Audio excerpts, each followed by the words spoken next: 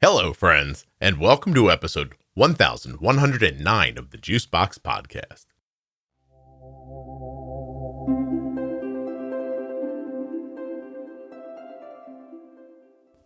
46-year-old Lara has type 3C diabetes. She lost her pancreas, spleen, gallbladder, and part of her stomach during a pancreatic tumor surgery. Lara found the podcast while she was looking for help with her new diabetes. She found episode 279 and has been a listener ever since. Nothing you hear on the Juicebox podcast should be considered advice, medical or otherwise. Always consult a physician before making any changes to your healthcare plan. When you place your first order for AG1 with my link, you'll get 5 free travel packs and a free year's supply of vitamin D. Drink ag1.com/juicebox. Don't forget to save 40% off of your entire order at CozyEarth.com. All you have to do is use the offer code JUICEBOX at checkout. That's JUICEBOX at checkout to save 40% at CozyEarth.com. If you're looking for community around type 1 diabetes, check out the Juicebox Podcast private Facebook group, Juicebox Podcast, Type 1 Diabetes. If you're not already subscribed or following in your favorite audio app, please take the time now to do that. It really helps the show. This episode of the Juicebox Podcast is sponsored by the continuous glucose monitor that my daughter wears, the Dexcom G7. Dexcom.com/juicebox. Get started today using this link, and you'll not only be doing something great for yourself, you'll be supporting the Juicebox Podcast. This show is sponsored today by the glucagon that my daughter carries, Gvoke HypoPen. Find out more at gvokeglucagon.com/juicebox. My name is Lara. I am Canadian. I live in Canada, in British Columbia, about an hour outside of Vancouver. I am 46 years old. I'm married and have one daughter who is 17, graduating high school this year. We couldn't be more excited about that. Nice. And I'm currently in a battle with pancreatic cancer. Not as nice. Okay. Okay. So my first question is, before we started recording, because of the spelling of your name, I said, is it Lara? And you said yes, but then because of your Canadian accent, I thought you said Laura. So now I don't know what to do. You know what? It's A-okay by me. It's pronounced Lara. I get Lara, Laura. It doesn't bother me whatsoever. But I want to get it right. It's Lara. I'm leaning on the R too much, right? Lara. Yeah. So Lara, did I get it? Yep. You got it. See that? Well, I was going to curse right off the bat and say, shit, that sucks. But when did you learn about the cancer? Well, it was March. I'm going to back up a little bit because it all started in March of 2021. I was 2 weeks out of moving. We had a major move underway to move to acreage in a much larger house. And 2 weeks before our giant move, I ended up in the hospital with pancreatitis, which was unusual for someone of my age. And I spent 7 days in the hospital being treated for pancreatitis. I'd had all of the CTs, the MRIs. Everything came out perfectly clear pancreas. They did find in July, when I had the secondary scan, an abnormality in a bile duct. And at that point, they told me that they were going to monitor it and I might need to have my gallbladder out. Okay. So can I ask first? Let me step you through it. What are the symptoms that landed you in the hospital initially? I had a terrible, terrible back pain. So it was radiating in the middle of the night from my mid-back through my shoulder blades, severe nausea, oily stool, abdominal pain, and just a general feeling of unwell. But actually, by the time I ended up in the hospital, my symptoms had recovered, but my blood work was still showing high lipase numbers and inflammation markers were up. So the only way to fix that is to put you on IV drip only and no food for 7 days. Okay. Lipase is, that's just an indicator for the pancreas. Is that right? That's right. Yeah. Yes. And by the when way, those numbers are high. oily stools, never something you want. I don't care for what reason. No, but I was on a keto diet at the time too. So I kind of thought at the same time, maybe that was all related. Like it wasn't something, and initially I didn't have any pain. That started later. So I didn't really think much of it, to be honest with you. It kind of came and went. Mm-hmm. And in hindsight, really, the warning signs were there from long ago. And that's kind of what I want to bring attention to people, to be really in tune with their body. If you take insulin or sulfonylureas, you are at risk for your blood sugar going too low. You need a safety net when it matters most. Be ready with Gvoke HypoPen. My daughter carries Gvoke HypoPen everywhere she goes, because it's a ready-to-use rescue pen for treating very low blood sugar in people with diabetes ages 2 and above that I trust. Low blood sugar emergencies can happen unexpectedly, and they demand quick action. Luckily, Gvoke HypoPen can be administered in 2 simple steps, even by yourself in certain situations. Show those around you where you store Gvoke HypoPen and how to use it. They need to know how to use Gvoke HypoPen before an emergency situation happens. Learn more about why Gvoke HypoPen is in Arden's Diabetes Toolkit at gvokeglucagon.com/juicebox. Gvoke shouldn't be used if you have a tumor in the gland on the top of your kidneys called a pheochromocytoma, or if you have a tumor in your pancreas called an insulinoma. Visit gvokeglucagon.com/risk for safety information. Yeah, now I'm doing a little reading right here. So lipase does not correlate to pain, in case you're wondering. It doesn't. It doesn't, and there is a concern here. Is lipase attached? Does it mean diabetes? For example. Mm-hmm. And it does say that lipase elevation shortly precedes the onset of type 1, but that's probably a thing nobody knows when it's happening, I would imagine. That's right. Yeah. And it's not something that they normally test for unless you're having issues. So until you're already at the point where you're having some symptoms and some issues, that's when they look for it. And it was actually by chance, my doctor thought, I shouldn't even check for this level, because he had also had a patient recently just before me with the same issues. Really? So, and that was her issue. Yeah, I was wondering how they got to it so quickly, honestly. Mm-hmm. Plus, and I don't mean to be pejorative, but you're in Canada, so it's a province coin flip whether you get good health care or not, right? Is that ever the truth? And I can tell you some nightmare stories that I've been through recently, actually, about that. But in this case, in the very beginning stages, I was treated very well. They were on top of it right away. I had the proper scans and everything. It seemed to be going along pretty well. Mm-hmm. But it wasn't. Yeah. So what was the initial treatment? The initial treatment for me was hospitalization, clear fluids.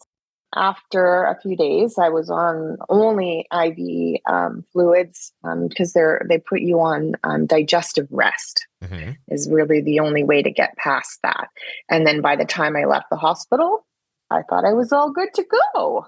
Yeah. Weird. We'll check and see if maybe the gallbladder needs out later, but I felt totally fine. Okay. Was the gallbladder showing any indication, or was that just a thing they said we have to watch out for?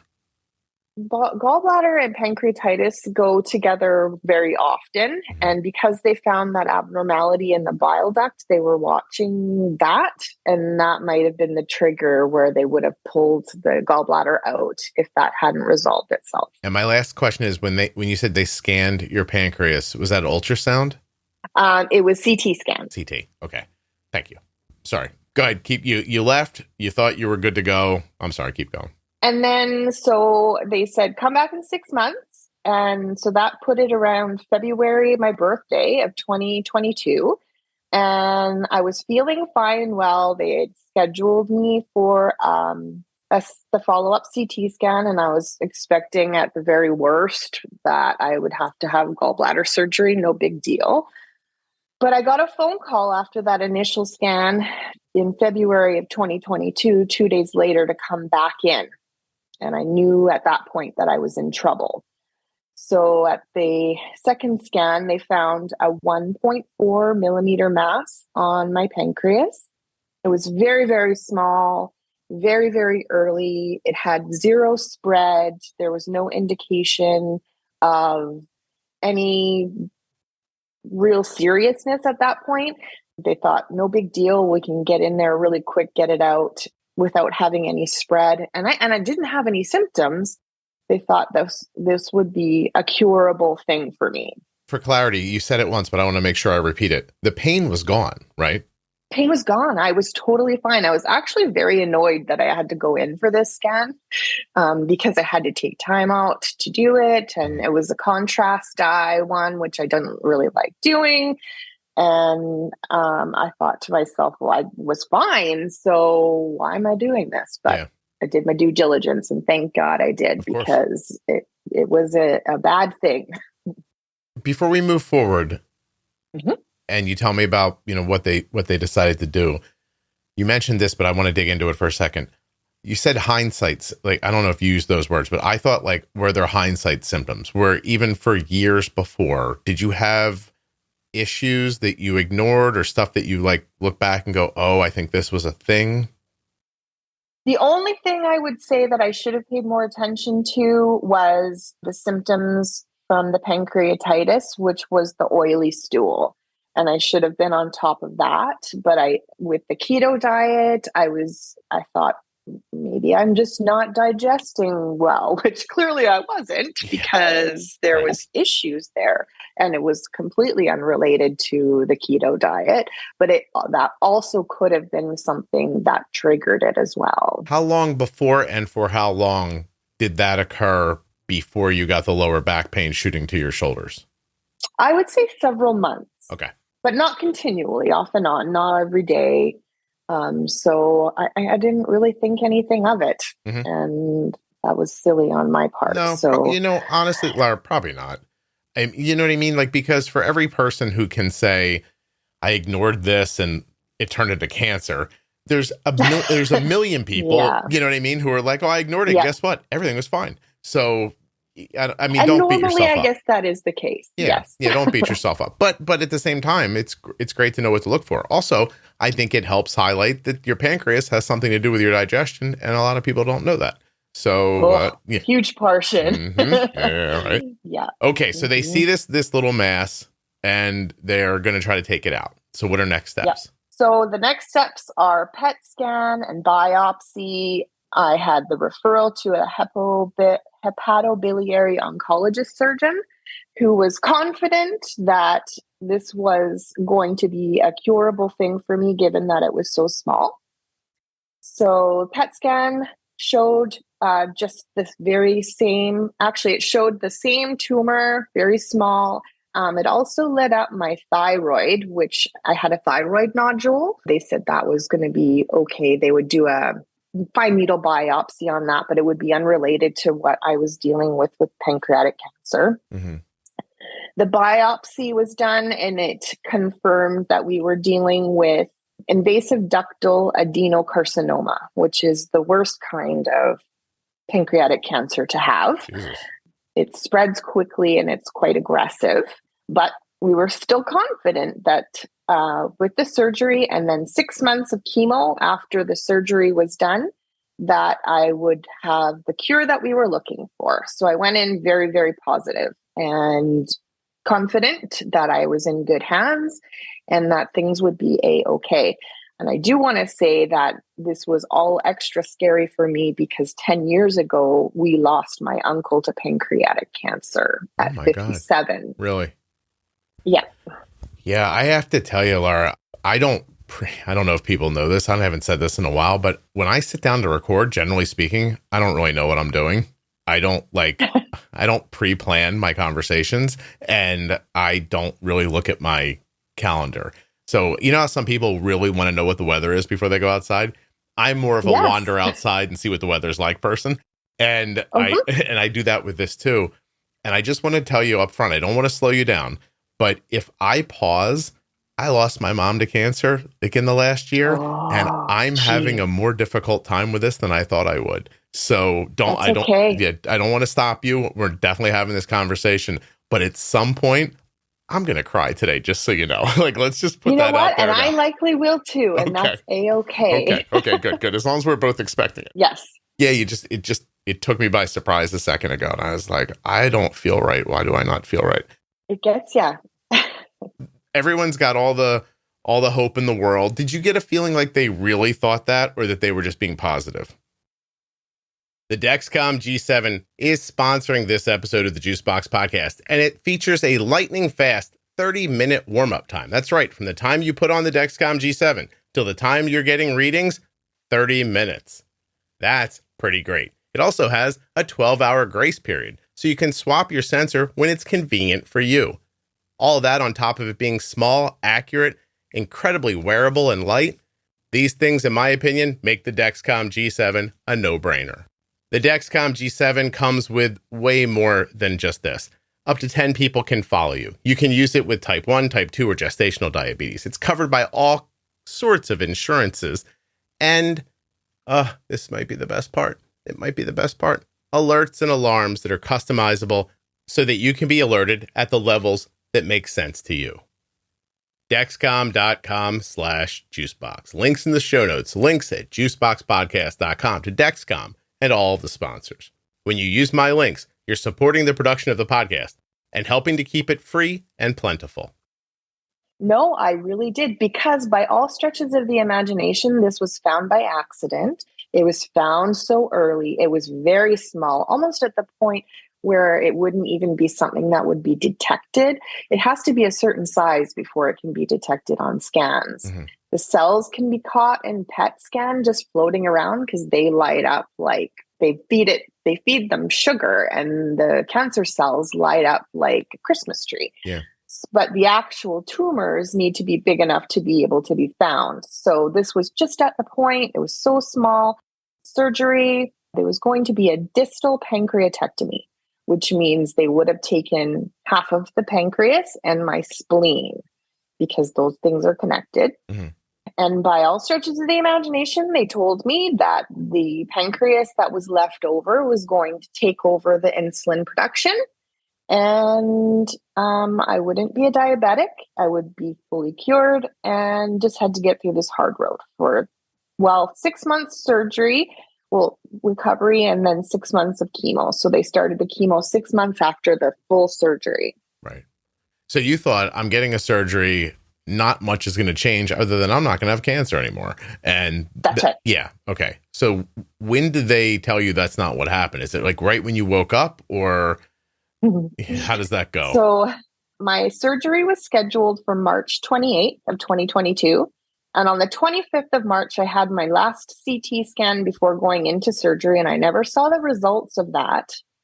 And while I was being wheeled into surgery from the little holding room, after I'd been laying there crying my eyes out, scared as scared could be, I met the surgeon for the first time face to face, because this was still times where they were doing phone appointments, and I hadn't seen his face even. Wow. So there he stood with me and told me that the tumor had grown in that 6-week time frame from one CT scan to the next, from 1.4 millimeters to 4.5 centimeters, and it had taken over the entire pancreas. I'm not good with the metric system, but that sounds like a significant increase.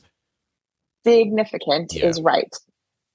So it went from one tiny little dot in there to taking over the whole pancreas.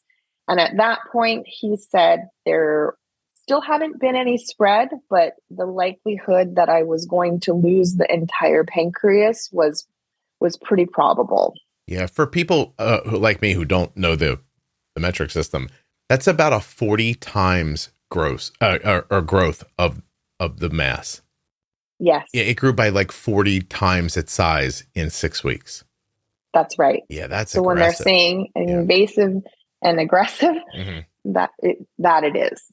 So the importance of the early detection was astronomically important. I can't even say, because at this point, the surgery the whole pancreas could still come out.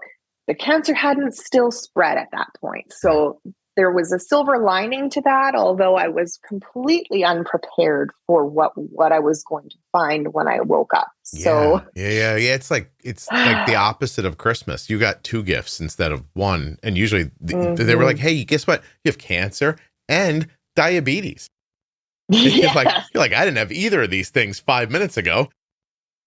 What the hell? And so you're coming out of a surgery as a type 1, basically. Yep. It's type 3, right? Is that what they call it? Type 3C? Type 3C. Type 3C. Yep. You're come out of surgery as a type 3C, and somebody telling you, hey, there's way more cancer in there than we thought.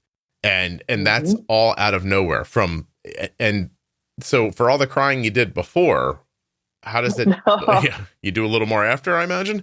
So the surgery was 9 hours when it was supposed to be like 3.5.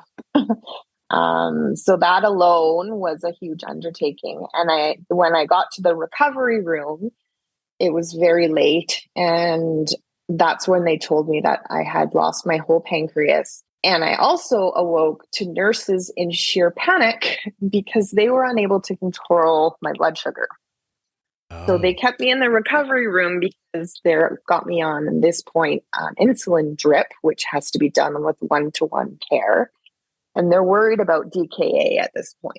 And I don't even know what DKA is. Sure. Yeah. You're not even awake, but you definitely don't know what it is, right? Also, I take your point about the time.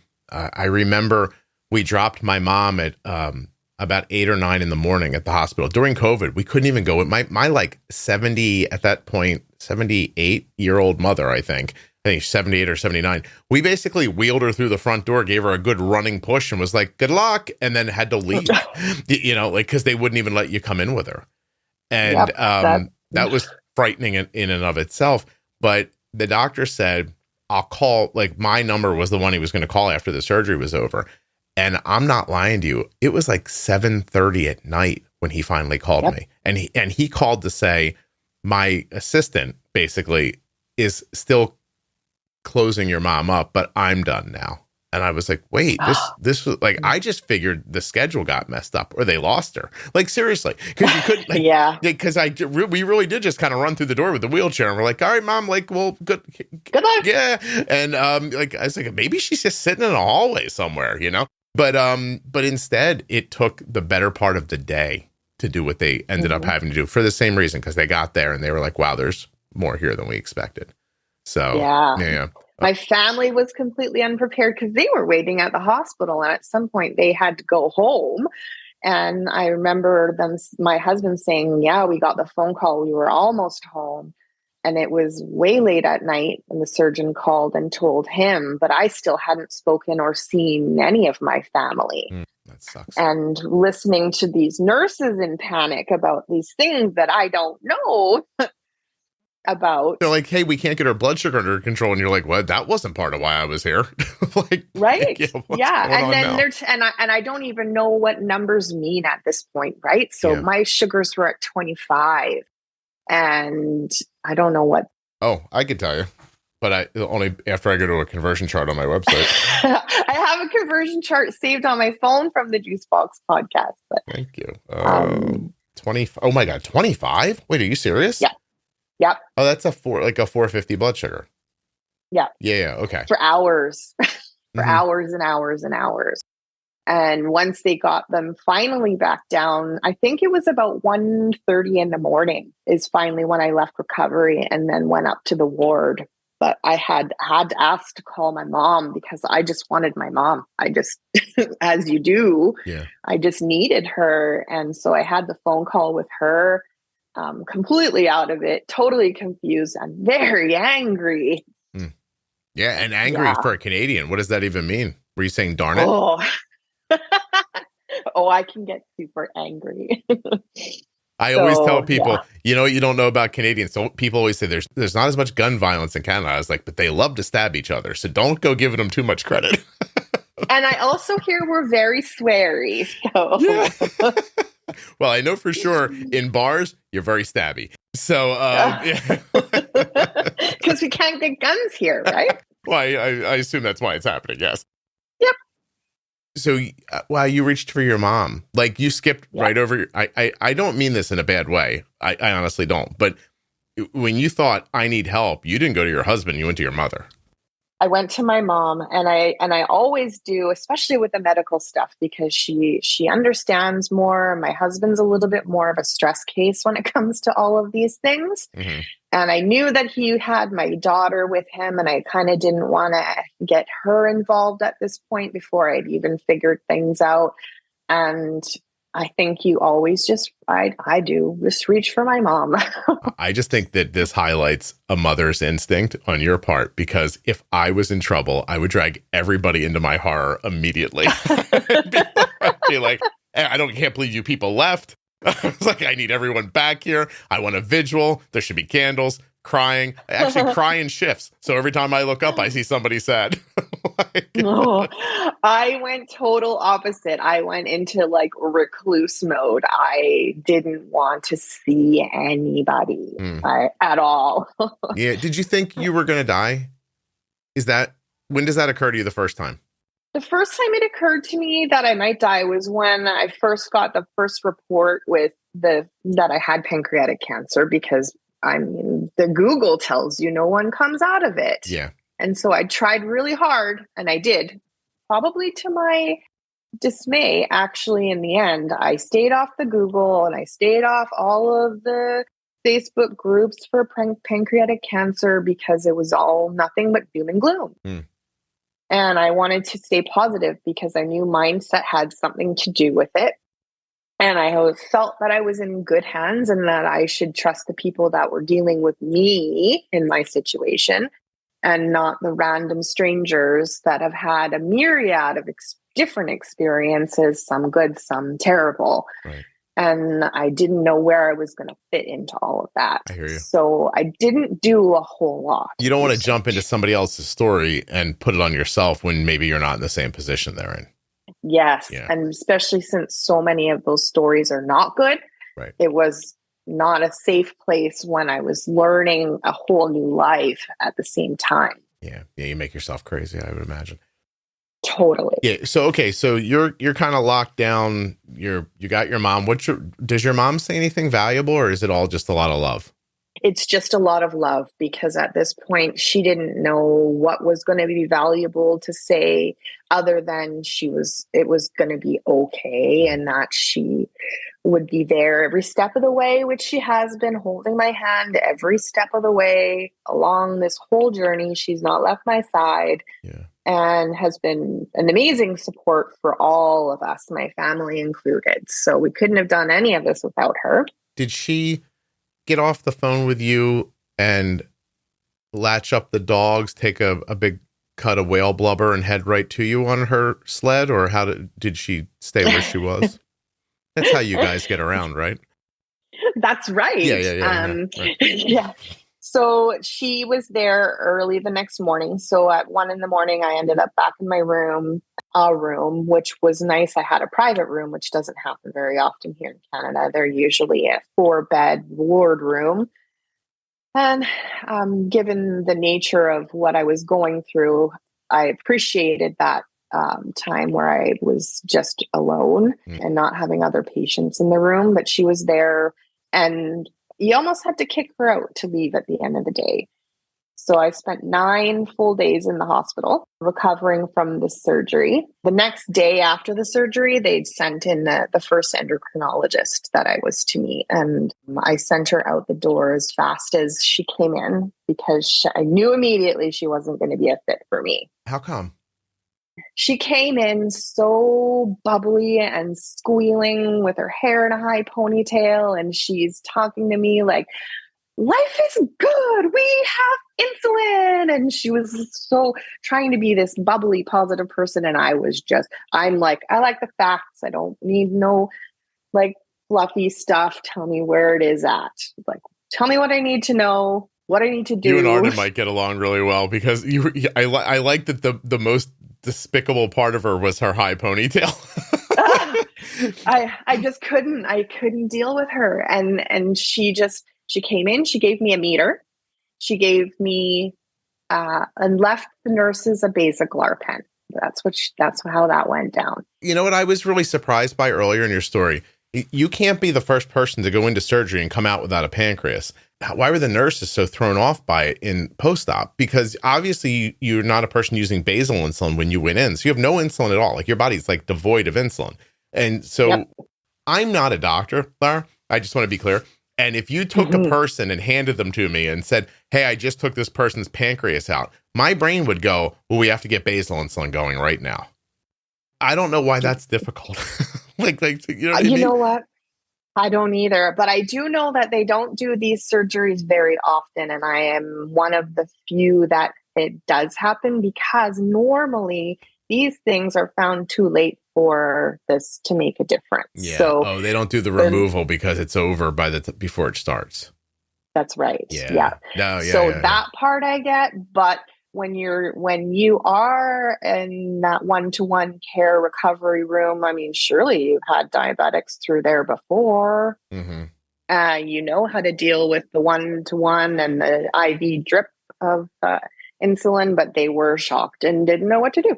So this endo that comes and sees you after the surgery, she wasn't meeting your energy. Let's just say that. No. Right? Yeah. Because your energy was, hey, I just found out I had way more cancer than I thought I did. And now I have diabetes on top of that. And she came in like Mr. Rogers, and you were like, no, we're not doing this. Yeah. That's right. Okay. Yeah. I understand, by the way. So what ends up happening then? Like, you got your Basaglar pen, but what else did you get out of that? So they never actually, this is, I know you're going to find this shocking. And I've heard, because I've listened to the diagnosis stories on the Juicebox podcast. They would come in at night and give me a shot of Basaglar. They didn't explain to me what that was. And then with my meals, as I could eat, because there was a long period of time where I had just really any difficulty, because they removed part of my stomach as well. So this surgery comes with gallbladder, spleen removal, part of your stomach, and your pancreas. So they've reconnected it all. Why the stomach? Was there cancer there? There wasn't, but just how the digestive tract works. They have to, make when your they stomach remove... smaller. Yeah, I see. They make the stomach smaller. Okay. The Basaglars Lantus. So that's so they were giving you slow acting at night, but not telling you what it was. They didn't say this is basal insulin or nothing. Well, in fairness, you did scare the lady away who might have told you that. Well, she didn't. She came in and she wasn't even really prepared to give me any education or anything at that point. I think they thought maybe too early, but obviously they didn't know me because I need to be armed with the facts and I need to know what it is that I'm doing and how is this going to work? Like, you can't just come and shoot me up with something and then expect me to know what it is when this hasn't been a part of my life. And I actually, truth be told, only know one other type 1 diabetic in my life. So yeah, I didn't know. Right. No, yeah, you have no idea. Did you say 9 days in the hospital after that? Yep. 9 days. Okay. Hey, do you have any idea what you're doing diabetes related by the time you leave even?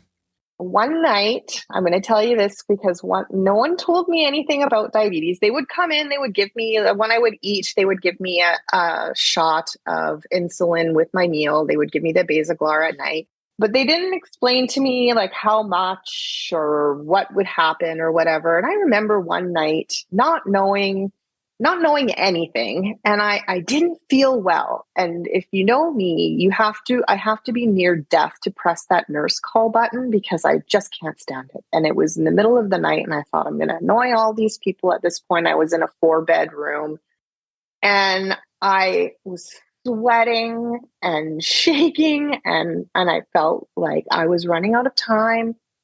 I pressed the call button, and of course, I had a low blood sugar. I didn't know this was going to happen to me.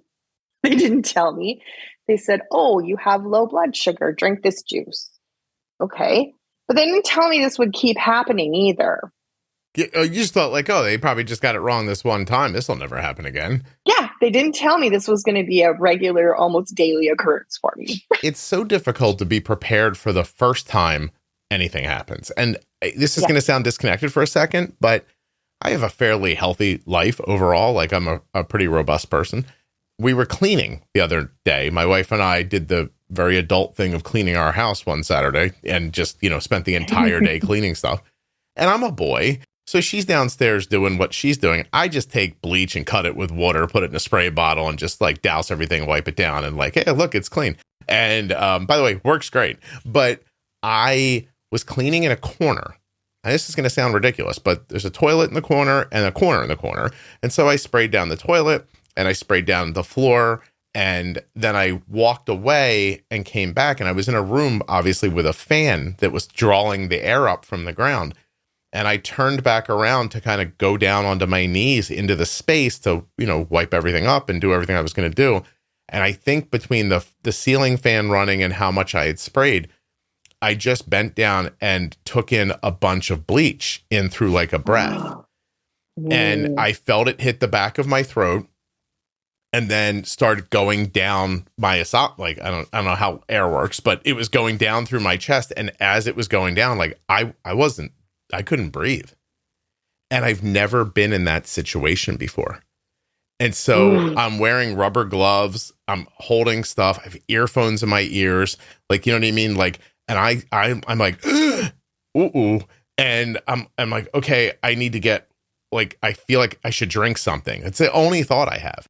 I stand up immediately, snot running out of my nose. My eyes are watering crazy. I'm coughing and I'm thinking, oh God, I'm coughing. At least I'm breathing, and I'm coughing, and I'm trying to pull the gloves off because I don't have a cup, and I know I'm about to like just take water like Tom Hanks in one of those movies and like throw it at my face and try to get some in my mouth. What was that one when he was on the island Castaway? And I'm like, and I'm going to like do that. Right. But I have the wherewithal to think I have bleach on my gloves. I have to take the gloves off. But as I'm reaching for the gloves, I'm like, oh, I'm going to die. Like I am going to fucking die cleaning the goddamn toilet. That is literally what went through my head. I was like, son of a bitch. I'm quasi famous. This is going to get around. And like, so I'm like, I'm pulling on these gloves, trying to get them off. I'm trying to get the water running. And as I reach for the water, I think, water or milk? I forget. Is water bad? Is water going to make it worse?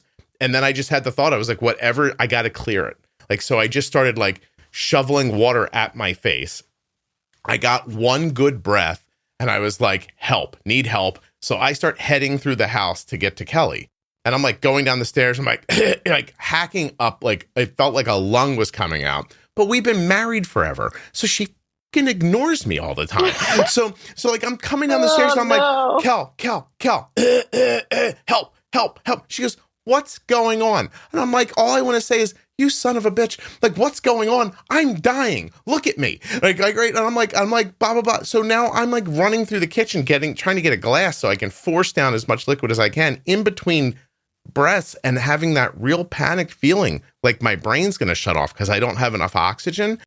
And I finally get it in and I'm standing there just dripping out of every hole on my face and like just dying. And she's like, what's going on? And I was like, you were no help whatsoever.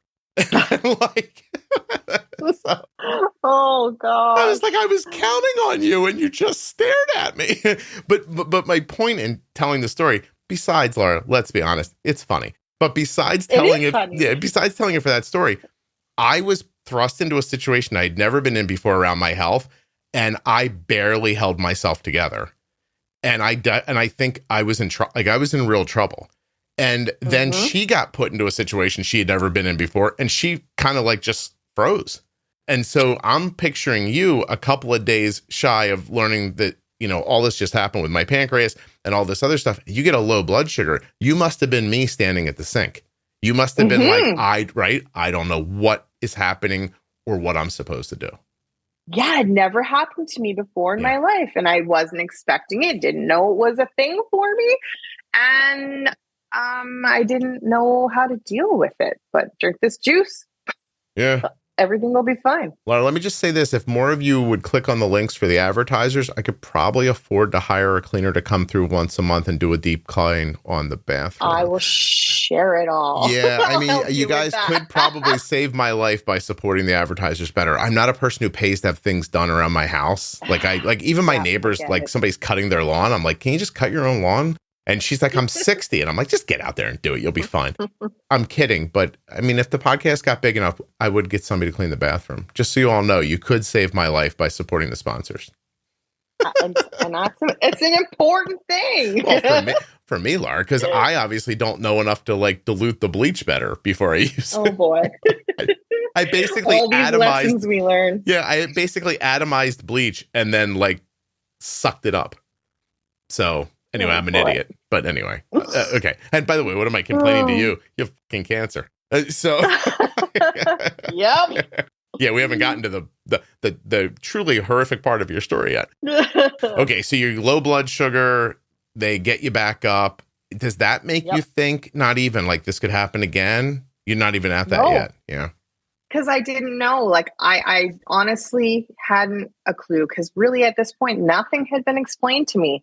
They just kept coming in, giving me insulin, feeding me, which was a difficult thing for me to do. They're giving me insulin for meals that I don't know that I can eat. Yeah. Yeah. Geez. So, and then even checking blood sugars, they would come in, poke my finger, but not really explaining. They would say this is good or whatever. I mean, I honestly didn't know. I had a meter they gave me, but they didn't come with enough lancets or strips to do anything with. Just one of the sample ones. Yeah. Sample meter, 10 strips in it, right? Yeah, done. So I was just really relying upon the care that they were giving me. And I figured by the time I was going to go home, I would have been to a class of some sort. I don't know. How does this even work? Apparently not well. Good job, Canada. And I fired my oncologist or my endocrinologist. So they had to find a new one for me, which they did, thank God. It wasn't until they were getting ready to send me home after this 9 days in there. And I said, but I don't know, like, what do I do? They still hadn't explained that to me. So the endocrinologist came in and said, give yourself 35 units of Basaglar at night, 4 units of Admelog for breakfast and lunch, and 6 units of Admelog at dinner. Mm. Did they tell you to count, like, would they put you on a sliding scale or tell you to have a certain amount of carbs or anything like that? Just eat like a diabetic plate. Oh. So my dad's a type 2 diabetic. So my mom's like, okay, well, you need to have like a little bit of carbs, lots of vegetables, and some protein. So outside of that, I didn't know how to eat anything else. Mm. I didn't know that I could give myself more insulin if I had a snack. I didn't know any of that until I found your podcast. No one taught me that. That's something. I wonder if people in the medical profession hear that and are just ashamed.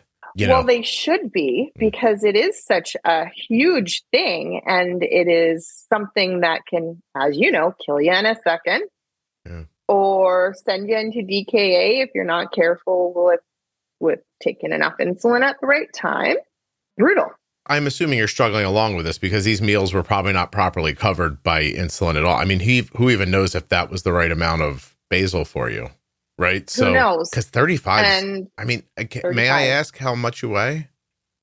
I was much heavier at the time. Okay. But as you well know, cancer and all of this surgery and all, the massive weight loss very quickly then put me into a point where I was experiencing multiple lows through the night because I was having too much at that point. So I think at the end I was down to 21 units of Basaglar. I was going to say, Mm-hmm. Did you have any situation where somebody who you kind of knew saw you one day and was like, oh my God, Lara, Ozempic? And you were like, no, cancer.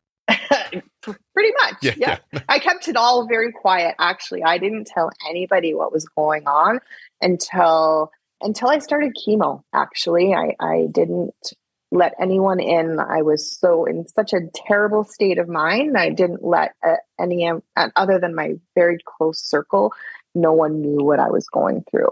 Can you give me a little bit of color on why that was? Like, why did it seem important to you to keep it to yourself at first? It seems silly now, but I felt like I was going to be judged for maybe having a bad lifestyle, or I don't know. I think it was just also shocking for me too. Like even just saying the words out loud put me into a place where I didn't want to be. Yeah. And it's made it all more realistic. And I wasn't prepared to answer people's questions because, well, I really didn't know what was going on at that point for myself. And trying to explain it all, I just wasn't ready for it all. And in the end, when I did tell everyone, the support and the outreach was astronomical. And I probably should have done it sooner. Yeah, your worry was you just imagined, really. Yeah. Yeah. 100%. Okay.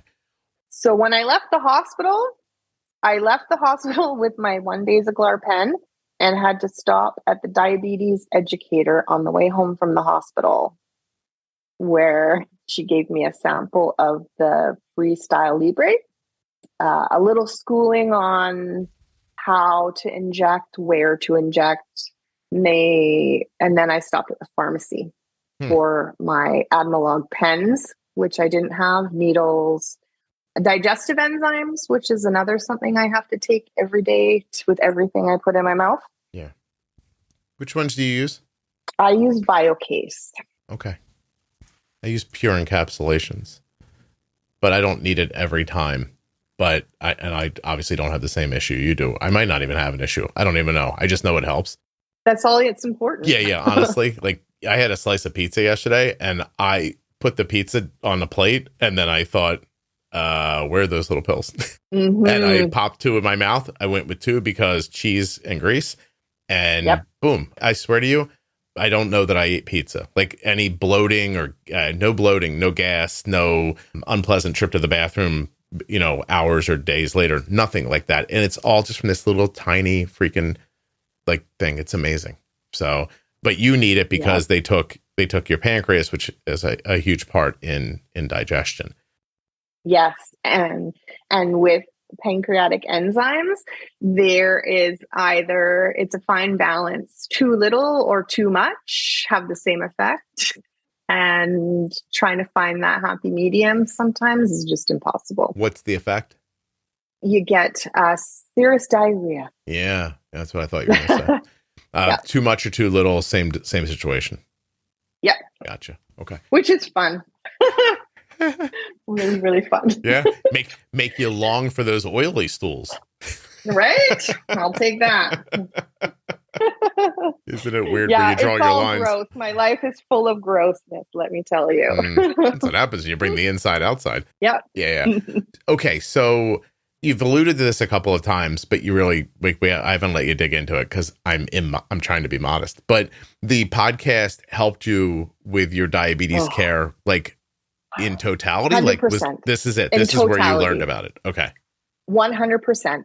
I took what they told me at the diabetes educator, I threw it out the window. I've only actually had one appointment with my endocrinologist since this all went down.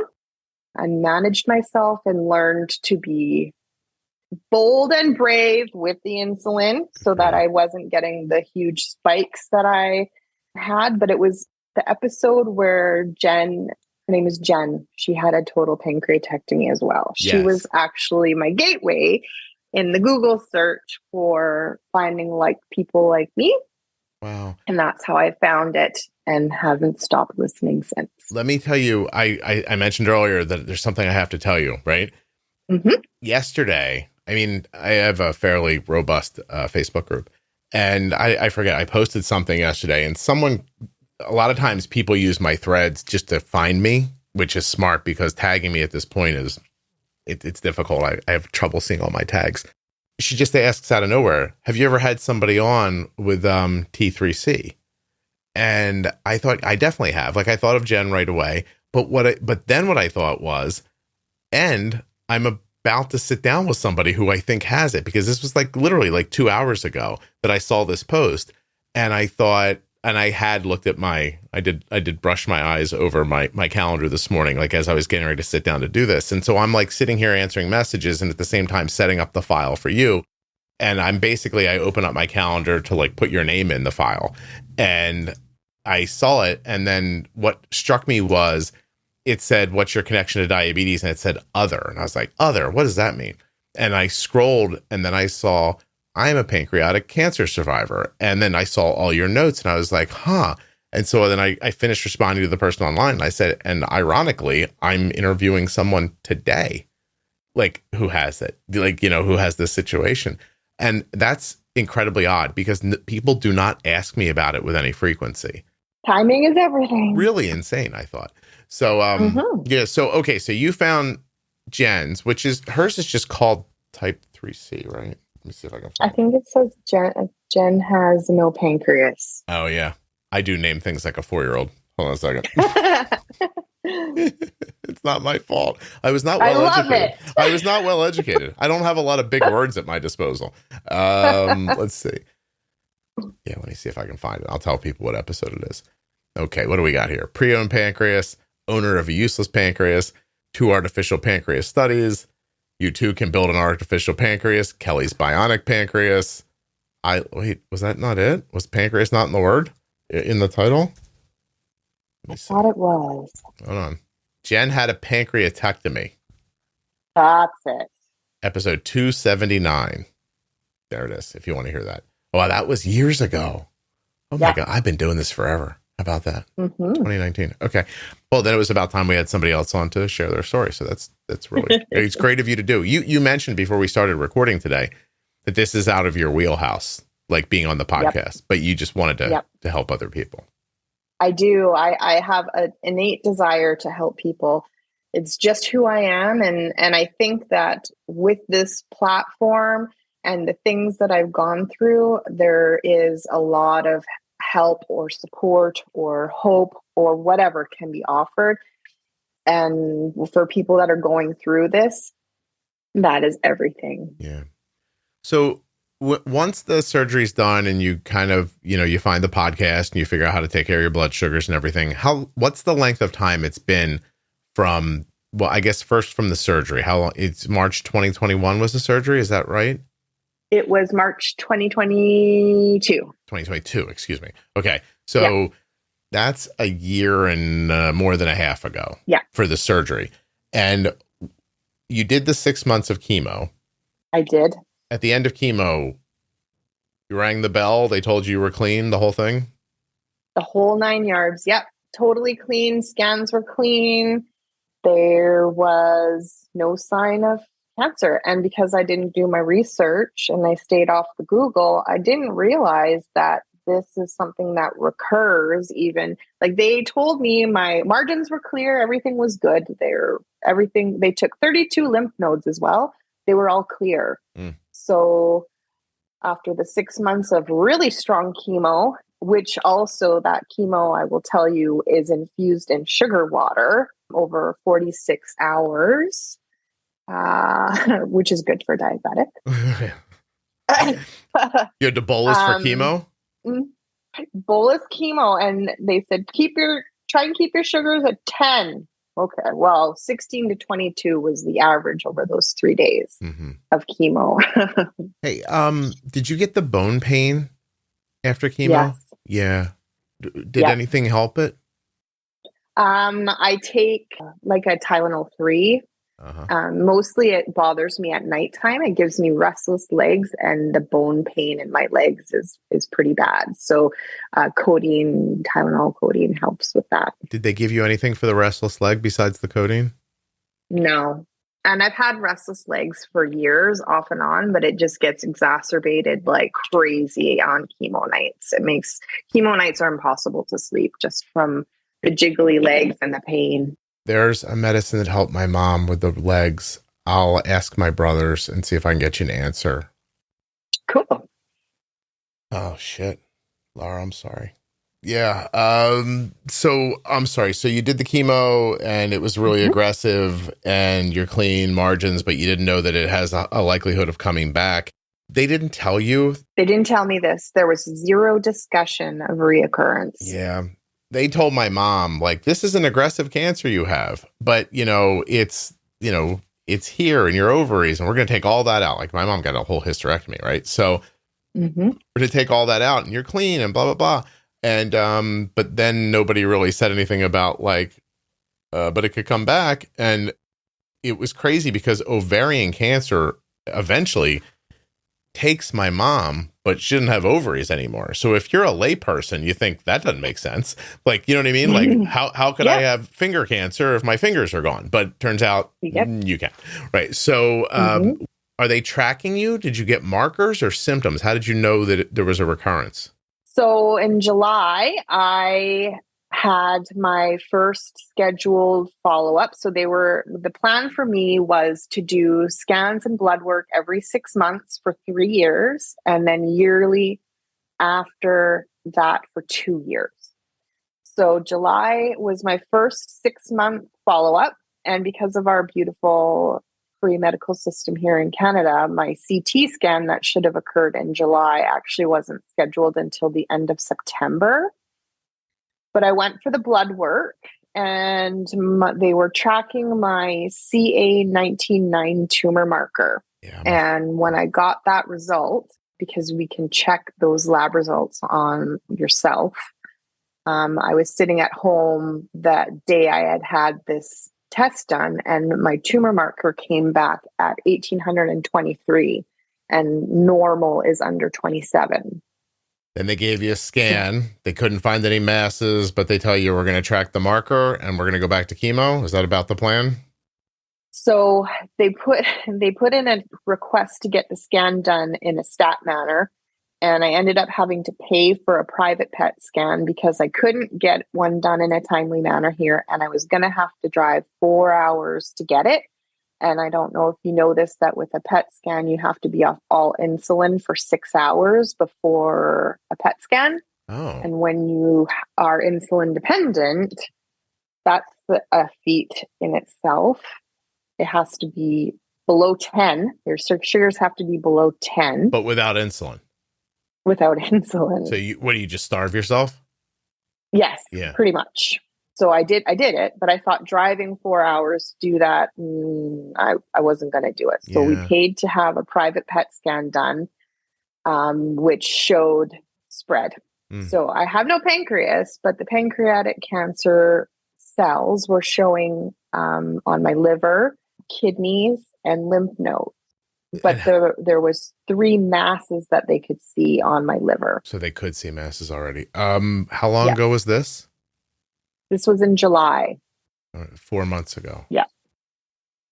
Well, first of all, you're not nearly the only Canadian I know who can't get in for simple testing. It's terrible. So there's an argument to be made like, healthcare is really expensive in America. But at the very least, if you're waving cash around, somebody will see you. Yes. I have insurance. There's someone to bill. Oh, we can get you in.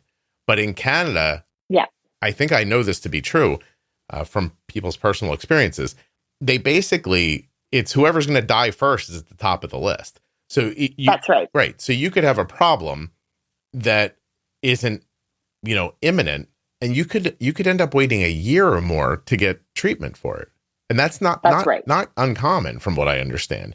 It's not uncommon at all. Yeah, some provinces are apparently better than others, where I guess, again, I should say province, but you don't know, you sound like that, right? It's just that you have no idea. And so it's okay. Oh, yeah. Yeah. So you get put in that. So they would have killed you if you didn't pay for the PET scan. That's right. And you ran the risk of your sled dogs being picked up on the scan by mistake. So because you had to go. Yeah, right. I understand what's going on up there. Don't you worry. And the abominable snowman and all the stuff you guys have. Yep. So, oh my God. So let's really think about that for a second. If you would have waited on their schedule, all these masses are growing the entire time. That's right. Oh, there's no way you would have lived. Yeah. When I finally got in for my provincially paid for CT scan, it took 17 days for it to be read by a radiologist. Oh, that's not bad. Just 17? Just 17. What the fuck? Shows cancer, but 17 days before it was read by a radiologist. No kidding. I already knew that I had cancer because the PET scan told me this, and the blood work showed me this. But then the oncologist wouldn't go by my private PET scan, and they were waiting for the CT scan result. Really? They wouldn't look at the scan you had done? No, we had to hand deliver the images and the reports to them for them to put in the file, but they were waiting for the CT scan. We had to drive an hour to this facility, get a CD-ROM disc or whatever. I remember the 80s. Go ahead. Yeah. Old school. Hand deliver it to the BC Cancer Center. Someone just had me fax something for an insurance thing, and I said, "Am I sending it to 87? Like, what are we doing? I can't just send you a PDF." And they're like, "No." It's like, why? Like, does anyone ever stop and wonder why? Like there's. I ask these questions all the time. And by the way, at least, a handful of years ago, Trudeau was at least handsome. Now he's a little chubby. So you're not even getting anything out of that anymore. You know? Nope. Canada. I'm shaking my hand to Canada. And you got all that snow. Oh, I am. Yeah, I'm shaking my head every day too. Like, what the actual? So, Lara, I'm sorry. So this doesn't sound positive. So, I mean, obviously chemo and I guess you're getting infusions to shrink, swell. Yep. Yeah, right? I am.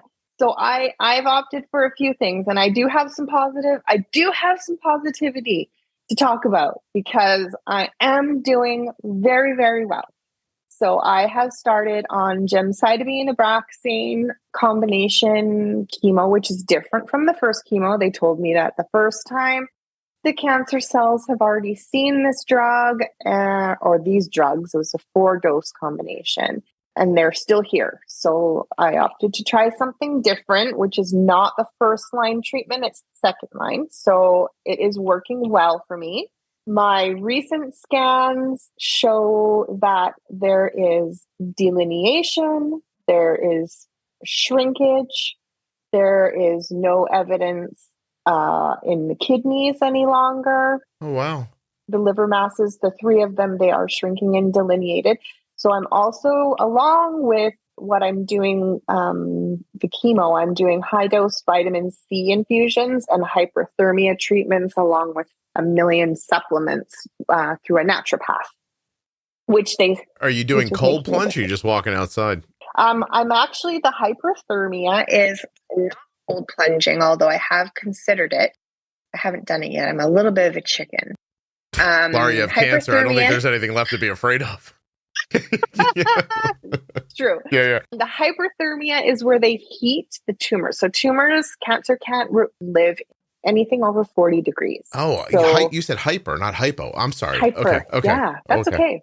So, hyperthermia. So it's targeted treatment. So I lay in this water bed type thing, and then they have a panel that goes over top of you, and it sends heat up and down. So it heats the tumors, which then help the die off. So you do that the day after you do chemo, and then the day after that. So 2 days in a row, along with high-dose vitamin C infusions by IV.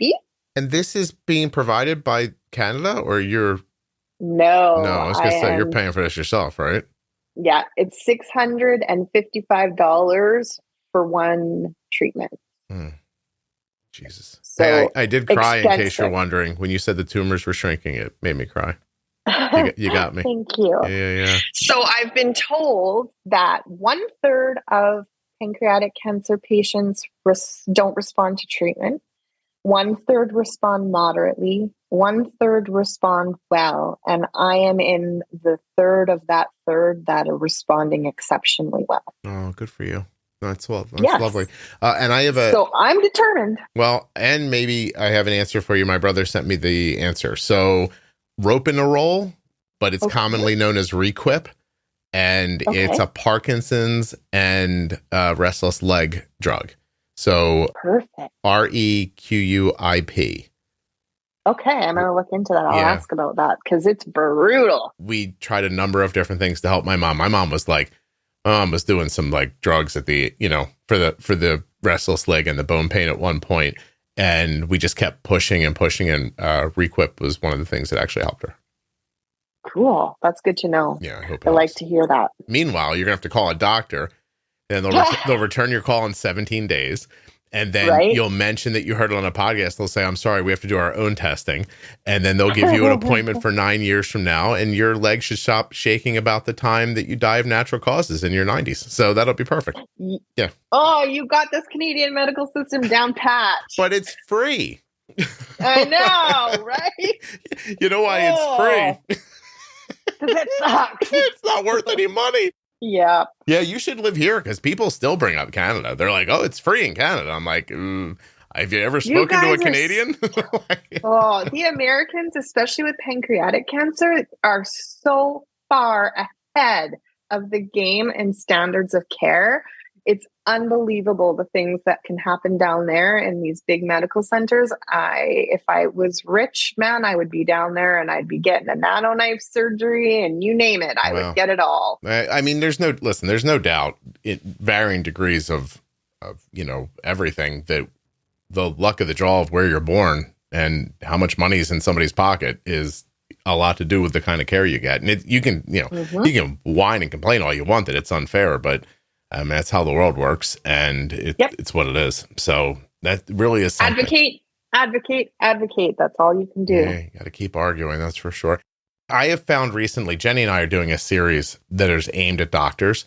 I keep being upset by the word advocate because I know the intention of it doesn't exactly match the reality of it. Like people are like, you have to advocate for yourself, which means which should mean what? Like, you're asking for things you should just have anyway, and that they should give you. So you're telling me like I have to talk you into doing your job more completely? Like that's like I need to understand what I need medically or else it won't happen. Yep. And then, by the way, when I bring it up, you're going to yell at me and tell me not to look at the internet. How the hell do you want me to understand this? Like you're telling me you either know and won't do it or don't know. Either way, I'm not comforted by that answer. And so I have to come to you and push you to do more. But I need information about what that means. So I go to the internet. So I turn to you and I go, hey, look, I read online. You go, oh, read online. You're like, wait, what? Like, so you know what I mean? So I don't know. It's upsetting. Seriously, the word just keeps pissing me off because I don't think it shouldn't exist. You know what I mean? You shouldn't have to. Right. I actually have two oncologists, one that I started with and one that I was referred back to. And apparently he's very brilliant, but trying to have a conversation with him, like I'm very real. I like to ask questions. Unless he's read it in a textbook or it comes out of a textbook, he can't have an off-the-cuff conversation about anything. So I have found a second oncologist who's teaming up with him. That's my real talk guy. And I can ask him stuff. He's the one who gives me the positivity and the good notes and the high fives, whereas the other one basically looks at me and says, well, we can't cure you. We're just prolonging your life. And this is how it's going to be. And this other guy is like, we're going to get you into some clinical trials. And I've talked to this other specialist. So the help is there. Unfortunately, you really do have to look for it yourself. Yeah, no, that's exactly right. And that advice and experience clearly translates back to managing diabetes. And, like if people are like, oh, God, he's talking about cancer. It's a diabetes podcast. What are we doing? It's all very specific to just helping yourself. Yeah. If you take what someone tells you, you are very frequently not going to end up well. Like, nope. I don't know if you've heard me talk about this on the podcast, and I am going to try to get through this real quickly. My mom only got the surgery to remove her cancer because my neighbor's son grew up to be a surgeon. And he went to medical school with a girl who eventually ended up in OB oncology. And so I could ask my neighbor if it was cool if I texted his son. When I texted his son, I said, is there any chance you know somebody that could be helpful with this? Because the oncologist my mom has seen will not help her. Like, he was talking about like just hospice and, blah, blah. My mom got 2 more years. And instead, he was just going to manage her into the ground. Mm-hmm. Over the idea that he said, I'm not going to kill your mom in surgery, which my neighbor's son told me translates to, hey, his hospital keeps score. And if someone dies in his surgery, his score goes down. And I was like, are you serious? Because that's the important stuff. Right. And so I'm like, okay. So he's like, don't worry. I know a girl from med school. So he calls his girl. That girl's like, oh, yeah, I work for this guy. He's amazing. And 2 days later, my mom and I are sitting in an appointment and the guy is scheduling her surgery. Amazing. If my neighbor's kid grows up and does something different, my mom dies 2 years earlier. That is not an over-exaggeration. And that's not acceptable. Yeah. Is that how this is all supposed to work? Like, right? I'm lucky because I don't know. That's ridiculous. By the way, the guy on the other side's kid is an engineer. So I guess good thing I bought on this side of the street. Like you know what I mean? Like, yeah. How is it that random? It's ridiculous. Oh, geez. Like you guys are right now like, Scott, one of your neighbor's kids is an engineer. The other one's a surgeon. And your son's got a quantitative econ degree. Where the hell do you live? I'm in a castle. Okay.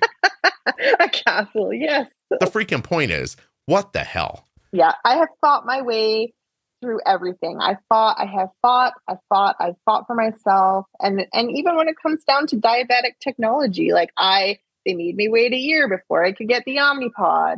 I asked to switch to the Dexcom. Like those are all things that I took control over myself and forced the issue, because they would have just let me keep going at status quo. And I know there's better. Yeah. Listen, people die. Okay. And some people don't have great care, and that's a fact of life.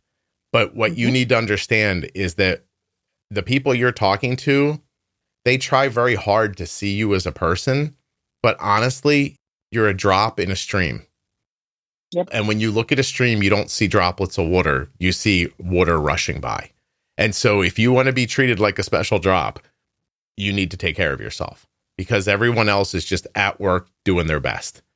You know what I mean? Like, I listen, if you have a really nice car and you take it in for new tires and it gets scratched later, they didn't see your really nice car and think like, oh my God, it's a Mercedes, I should try harder. They got 50 cars they got to change tires on today. That's that. And this, whether you want to hear it or not, medicine's exactly the same way. It's just life. Totally and it's not that they're bad people. They're not bad people. They're fantastic people. They went to college for 10 goddamn years so they could figure out how to get inside you and take out your pancreas without killing you. I mean, that's amazing. You know what I mean? Like, God bless them and thank you. But the system, the process is where if you're not on top of it, then somebody else is. Like, so that's right. You know, I grew up around here, so I'm more accustomed to kill or be killed lifestyle, because that's just, I mean, for you guys that live in the South and everybody's like, oh, I'm going to go to lunch and 2 hours later I'll do it. Like, you know, that doesn't happen here. Like, you're out there trying to get ahead constantly. You know what I mean? Like, you're not just climbing a ladder. You're also kicking with your foot as you're going up, making sure nobody's following you. And that is not a good way to live. This wasn't my point. But when you have that inside of you, it helps with this other stuff. Like, if you've ever listened to the podcast and been like, how did Scott get that for his daughter? Or I would never accept anything less. That's how. And that's the thing. You don't have to. Yeah. You don't have to accept anything less. You just need to know what to do. And often people don't have the knowledge of like where to go next or who to speak to, or like, you know, even if you have all this piss and vinegar, like, where do I point it exactly? Yeah. You know, absolutely. Just, I can't say that it's just so true. It just really is. You know, I just happen to be a person who I won't accept that. And I will reset the hill I'll die on every day. So like, you don't want to like get into a thing with me. I won't give up, you know, but I have people in my family. My mom was like, well, they said they can't do anything. And I was like, no, Mom. I'm like, that's for other people. We're going to work this out, you know? Yep. And so that's me too. Yeah. Good for you. It's why you're here. Yep. I'm already defying the odds with this time frame. So I'm just going to keep going. Yeah. Good for you. And when does your daughter graduate? Did you say? She graduates this year. So her grad will be in June of this year. Can I ask a hard question? Yes. She's young.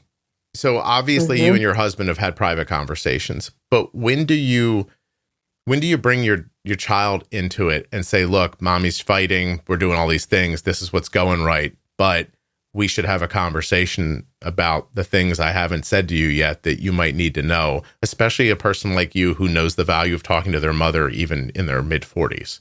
So have you done that, or are you thinking about it? Yeah, that's the hard one for me, because, and this is where I'll cry. Those conversations do happen, and we're pretty real about things around here. And there's a few things that I'm working on for her so that she has some things from me after I'm not here, should something terrible happen to me in an untimely manner while I'm not ready. But we do have the real talk about those things. Mhm. And unfortunately, that brings forward a lot of emotion. And for a 17, well, she'll be 17 this month, it's really hard to regulate those emotions around those things. So we're trying to learn to be patient and graceful with each other, and giving each other grace and space and time. But there's definitely some work still to be done in that regards with her and the family. But at this point, I'm focusing on doing well. It consumes me. Of course, Yeah. right? I mean, because what do you start thinking about? Something you want to say to her on her wedding day, or if she has a baby, Yes. or like that kind of stuff, right? Yeah, Exactly that. And I saw in one of the feeds on Facebook, it was a going away to college like photo album with notes and gift cards and that kind of thing for specific days along the way. And I was kind of working on that, where one page would have like a photograph and then a little note from me, and go get a manicure or buy someone a coffee or something like that. So I'm focusing on those kinds of things, and then preparing for the eventuality should I not be there. At first, I wasn't sure I was going to be here for her graduation, but I'm pretty sure that that's going to be a-okay, given how things are going. well, that's amazing. But beyond that, I don't know. Yeah, I saw these two girls on TikTok, maybe, and they're not that old. They felt to me like between 19 and like 22, like that age. They're sisters, right? And I guess they lost their mom to cancer, and they get together once in a while and tell their mom into a TikTok video all the things that you're thinking it's going to be something sweet. They tell their mom all the things they've screwed up or didn't tell her when she was alive or something. It's pretty hilarious. And I love that. Yeah, they like unburden themselves to their mother through TikTok. Their mother is passed. And at one point, one of the girls just starts cackling, laughing, and she goes, "I drove my car for a year without insurance. I didn't know you needed it." Like, and she's just like laughing, and and she's like, "Here." And I think they get on. They're like, "Mom, here's all the things we've done since you're gone that I know you'd be disappointed by," and they just start rattling all the stuff. It's very funny. I kind of love that. Yeah, it's very funny actually, and it made me feel good for them because they were really like together. They were laughing heartily, like they were remembering their mom in a really lovely way. And at the same time, I think there was some like childlike, hey, I screwed a couple things up and I need to tell somebody. Like it was really interesting. So, but again, we're not going to think about that for you. No. But it would be, I mean, I don't know how I call myself good at this and don't ask you that question. So I appreciate you answering it. No, seriously. Yeah, no, it's the real talk about this stuff. I mean, there's so many different layers and so many things to think about and plans to make, both good and bad. But I think in actuality, everybody needs to be prepared for that because life changes in a second. Yeah. And you know what else too? Like I could get all granola here and say something and it'll sound like bullshit, but it's actually true. Having the idea, like we all live with the idea generally that we're going to live forever, right? Like we all feel like, oh, we'll live into our 80s. And, by the time I go, I'll be peeing on myself and I won't care anymore. Or I say stupid stuff like, I can't wait to like pinch nurses in a nursing home because nobody will say anything. like I want to get to that age, Yeah. But the truth is that there would be value in knowing your expiration date. Because, it's hard to think about, but, even for me, like my son's not married. If I was going to get hit by a car tomorrow, I'd spend the rest of the day writing things down to my children and my wife and letting them know what I want them to know. But I don't know that. So instead, if I get whacked tomorrow by a car, or if, hey, let's be more realistic, Lara, what if I try to clean the fucking toilet and almost kill myself? Okay. And so what if I have a terrible toilet cleaning accident and I'm dead? And I'd never, by the way, do you think my kids would care about my advice if that's how I die? Probably not, right? They'd be like, what are we listening to this guy for? He killed himself with a spray bottle. anyway, I would have the wherewithal to do some of the things that you're thinking about. And, it's not a thing you want to think about happening, but if it's going to happen, then isn't it a blessing of sorts to know and be able to prepare, and not a blessing for, well, you know what? I was going to say not a blessing for you, but maybe, because you get to live through those emotions as hard as they are.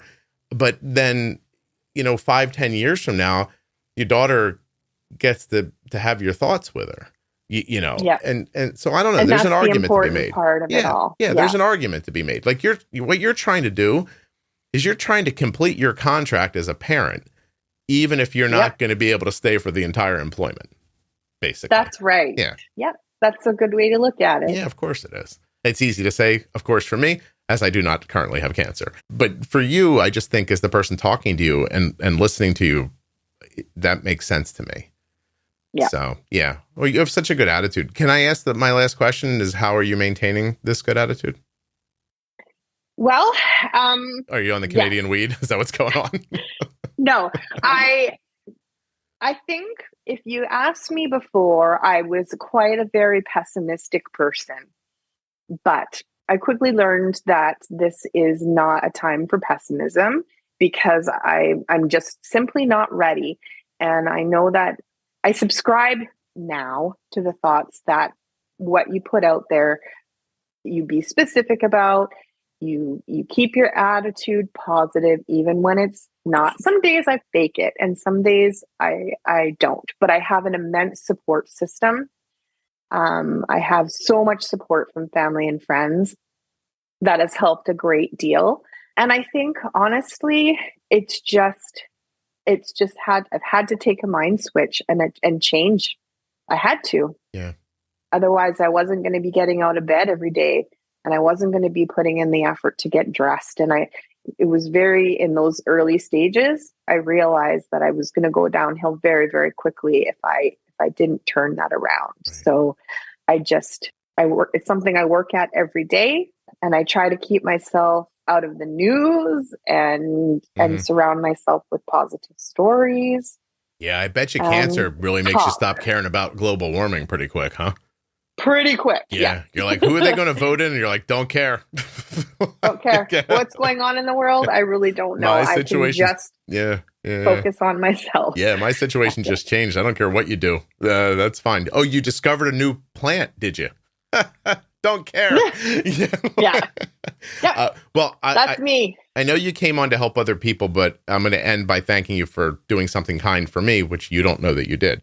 To know that I did something that helped you, it felt very good for me. And you really did. Well, and you're nice to say that. And I'm not unaware of the reach and the impact of the podcast, but for some reason, not for some reason, for pretty obvious reasons, that knowledge coupled with you also struggling with cancer and what has recently, transpired with my mom, because there's part of me that thinks I didn't help my mom enough.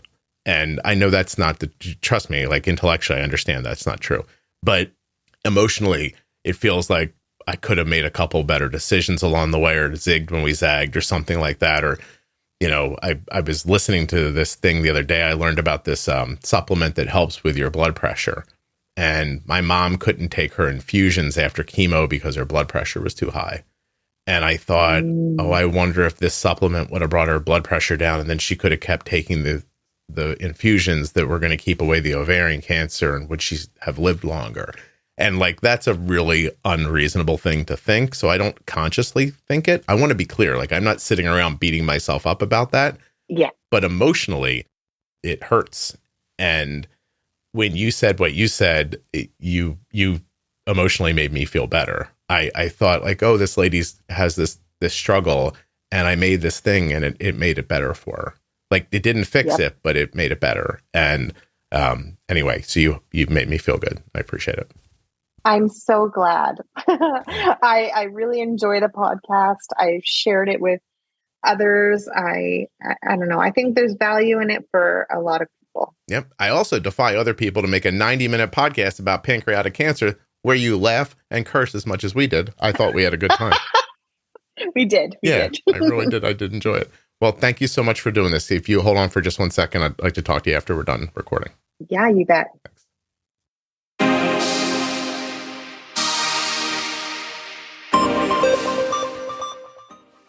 Thanks so much to Lara for coming on the show and sharing her story with us. A huge thanks to Dexcom for supporting the podcast and for sponsoring this episode. Dexcom.com/juicebox. Go get yourself a Dexcom G7 right now using my link. A huge thank you to one of today's sponsors, Gvoke Glucagon. Find out more about Gvoke HypoPen at gvokeglucagon.com/juicebox. You spell that GVOKEGLUCAGON.com/juicebox.